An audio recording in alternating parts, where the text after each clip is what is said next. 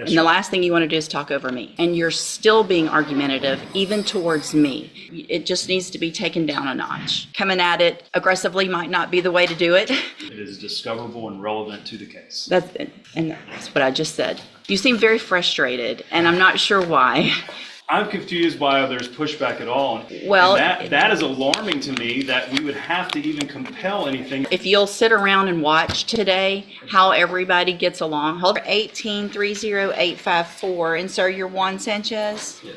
And so we're here today on a motion to compel, and before we get into a whole lot, I've done a lot of my own research and looking at all of this. And a couple of things. One, I don't believe the subpoena ducis tecum was the proper way to try to get the information. Ducis tecum is an order to get somebody to bring something to a set hearing. So but we didn't have a set hearing, and they weren't ordered to give it to at a set time for a hearing. So under the rules that have to do with subpoena ducis tecum, I don't know that that was the proper way. I do think you're entitled to some of that information as a defense attorney. If we're going to base decisions on, if I'm going to base decisions on things that probation have in their file and that they're just going to tell us, I do believe that you are entitled to some of that information. I think the proper way to do it would be to make that request through the district attorney's office for discovery. And then for you, Mr. Nichols, to make those requests. And then I would approve you guys giving whatever records are requested within reason. But lab results, of testing, money owed, all of those types of things, I think are probably discoverable and something that Mr. Franklin needs. I just don't think this was the... I agree, Judge. Any of the things that pertain to, well, I do think it's discoverable. In this case, it's all allegations on the motion are based on arrest out of county.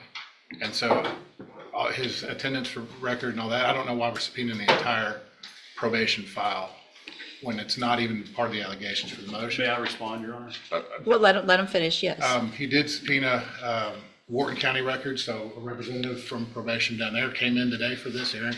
I have no problem with getting him all that stuff. A lot of it's not in my possession. The out-of-county offense reports and things like that, I don't have yet. I would have them if we move towards a hearing where I prove up those allegations, and they, of course, will be provided beforehand. And again, I don't think he's not entitled to have all that stuff. So sure. I kind of agree with the on this subpoena. And Mr. Franklin did make just a standard discovery request at the onset of his involvement, which was early May. I don't have anything really responsive to that at this point. Okay. So obviously, if it's based on a new offense out of another county, that's something you'll need to work towards getting and get that to Mr. Franklin. And so that needs to take place as quickly as possible. Because I don't know, I guess, Mr. Franklin, if there's not an allegation in the motion to revoke with regard to certain administrative violations, and there isn't an allegation, then why would you, what is your argument that would be relevant or discoverable? Your Honor, my client is wanting to stay on probation, and the court may take into consideration his performance while on probation, including his payments, his report, and everything else. So as part of determining the motion to revoke, it is relevant to look at his performance while on probation, particularly when he is requesting to stay on it. And he's been on probation nearly 6 years, I think over 5.5 years, nearly 6 years. And that performance will be helpful in determining or mitigating whether he stays on probation or if the court decides that he goes off of probation, in perhaps mitigating any potential sentence. Okay. And I don't disagree. So again, though, I think the way to do it would be to make that request. I mean, and I don't know what conversations y'all have had, but make the request. I think coming at it aggressively might not be the way to do it. Sometimes you get more with honey than otherwise. So make the request to Mr. Nichols. If he says no. I really do hate to pause it here because it's just getting good, but this attorney is about to lose it. The reason why he's so mad right now is because he swears the judge is supposed to hand him discovery right away, but he just clearly doesn't understand how the process works. The probation department has to go through the state first, then it gets approved and released. I mean, that's how every single court system works. Instead, he's arguing like the judge is hiding evidence from him, which makes no sense. You could just tell he's not listening to anything being said. He's just waiting for his turn to talk, pretty much. And just the way he's talking to the judge is just wild to me. Most attorneys at least keep it respectful, even when they disagree. But this guy's got that tone like he's trying to teach the judge how the court works. I really don't know what his deal is. But it is not confidence. Honestly, I just think it's straight ego at this point. The judge is clearly being patient, but you can just see. Let's try to do this amenably. The ducis tecum is not the way to do it unless it's set for a hearing. That's just the rules of evidence. And Yes, Your so Honor. that's not the way we're going to do The it. ducis tecum was set for the day that it was initially set for a hearing, and it did specify that date for the hearing, I believe. And we ended up moving the hearing date because of conflict. And Judge, I'd ask Ms. LeBeau to go ahead and get everything together today. Yeah. To turn over. I mean, Unless yeah, there was something that the court was ordering her not to turn over. I don't think on this list that there are, is there anything that y'all specifically had an issue with? Ms. LeBeau, is there, or do you have any concerns you want If there's, to make the court aware of? Your Honor, we don't have to list those. We filed a 3914 discovery request. This was belt and suspenders because we didn't get any of the information relating to probation in our 3914 motion originally. I would also note that the chronological. well, and these aren't, the reason you didn't get any of those is because those aren't his, they're theirs. And so they're not, I don't think Mr. Nichols has the ability legally to make probation give them those. I think once we talk it out though, I think whatever Mr. Nichols, y'all get together, obviously offense report, if y'all have the offense report and you don't even have it, then you need to get, Right, that's great. it's Everybody all can stuff- get the information in an amenable way. So let's do that. Y'all sit down. I want everything that you have that is, I don't know that there's anything I can think of that would be, Unless, I guess Not- notes may be work product, but I'm not real, that's what I'm thinking about, but it's Not not too really concerned. attorney's notes, and so I don't know that that would I be an would object to issue. that, Your Honor, on the grounds that it's not attorney work product. It is merely work product of an employee, and it is discoverable and relevant to the case. And that's what I just said. You seem very frustrated, and I'm not sure why. I don't know, I'm confused why there's pushback at all on any request for a 3914 discovery when he's constitutionally allowed to access those files. It should just be produced by probation without a fight. And we got a letter anticipatorily repudiating any production of discovery, and we had to file a motion to compel to that effect. Well, And that is alarming to me that we would have to even compel anything under 3914.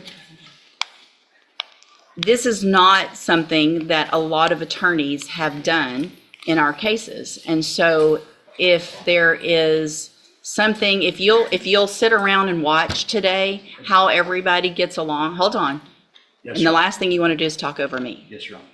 So I'm standing here, or sitting here saying that I agree with you, and you're still being argumentative, even towards me. And that's not going to get you anywhere. Hold on. Being argumentative with Mr. Nichols isn't going to help Mr. Sanchez. Being argumentative with these ladies isn't going to get you anywhere. I agree that you're entitled to this information. I just think there's a better, less argumentative, defensive way to do it. They were told to do what they were told to do because their understanding of the law is what it is.